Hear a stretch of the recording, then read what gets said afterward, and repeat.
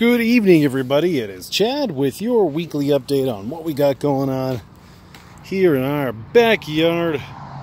Lots good taken care of today. Finally had some good amount of free time.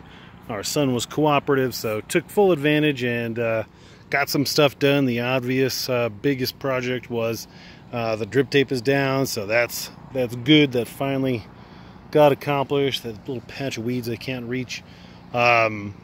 So got that down, had to replace a few lines. These lines are 3 years old, and these are really supposed to be disposable. So I had to replace a few of those. My pump, I need a new seal kit for my pump. Unfortunately, it is kind of working, but you know, there is a good bit of leaking going on, so I need a new pump. Show you the plants. Starting with the world record bushel gourd is finally starting to vine. Hallelujah. I wasn't sure it was ever going to happen, but it has. I chose a plant today with the 1211 alts. Man, just there was no great option here, but I think I went with the better of the two. So we still have the leaf burn issues. You know, we're having, what, this is probably 2 weeks ago or whatever. And then this one has just odd secondary growth, so I buried all of my vines today, got all cut up on that. So you can see the secondary here, then a secondary, two secondaries on this side. Oh no, secondary over there. So, but they're just really small, not very vigorous growth. I still have my backup plant, the backup to the backup over there, still growing. I haven't trained the vine, I haven't done anything to it. I just spray it with a hose and let it do its thing. I don't know. I'm not 100% sure with what I'm going to do with those two. The 1911 is rocking and rolling. Still, I would say I am 2 to 3 weeks behind where I want to be. Probably closer to 3, but whatever. It is what it is. The plant is looking really good. This week we had 3 or 4 days of pretty much solid rain. Not a little bit of sun, not even a little bit of sun, no sun whatsoever. But even despite that, everything has been growing pretty good.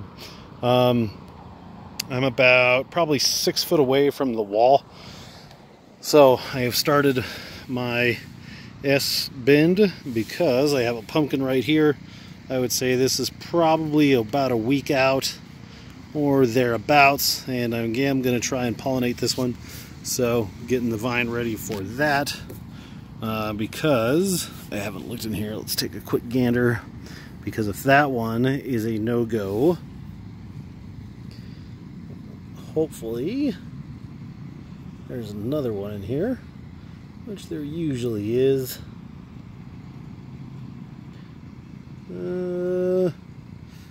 I can't see one, but I only have one hand, and I don't really want to fiddle with it too much one-handed, because that's asking for a bad time. So I'll put my stump cover on, because we're supposed to get up into the 80s this week. Got the swamp cooler swamp, and I did have it over here, but putting the drip tape down, I had to move it. So probably going to get a pollination on this one. Today is the 25th, I believe, so 26th, so probably start of July, which is typically when I do mine, is the start of July anywho. But it's going to be start of July with a smaller plant on that one. 1984 Barren, tomato plant that still hasn't been planted, that really needs to happen, is going pretty good. I would say we have, I don't know, this is probably 10 foot or so. Plant is 10 foot. Also still not as big as I really would like it to be. And I see that I have a, wait for it, right there. Oops, let me focus. Right there is a pumpkin, so that is 1, 2, 3, 4. So I'd probably put that, usually for me, leaf segments are like 2 per distance. So that's going to be, you know, pumpkin probably be out there at that one.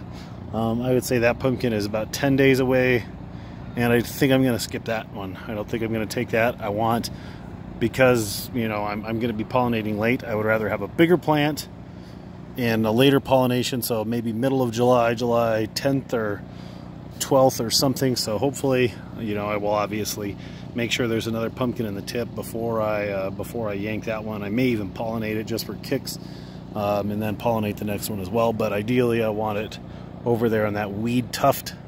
Probably that will be, I don't know, math is hard. Pumpkin house is 40, so, you know, maybe 28 feet out or so. That'll be the biggest plant I've ever, our biggest main vine I've ever pollinated on. So ideally over here is where I want my pumpkin. That pumpkin's gonna start or probably happen about here, but I want it over there. I want more plant behind the pumpkin. Other than that, not a whole heck of a lot going on. I made a tea barrel, so I got the water circulating, some tea brewing in there. Garden's full of weeds. That is a literal disaster. Sunflower seeds or sunflowers showing a lot of their hail damage. We have been getting a good bit of hail. And then as you can see, yeah, stop saying that so much.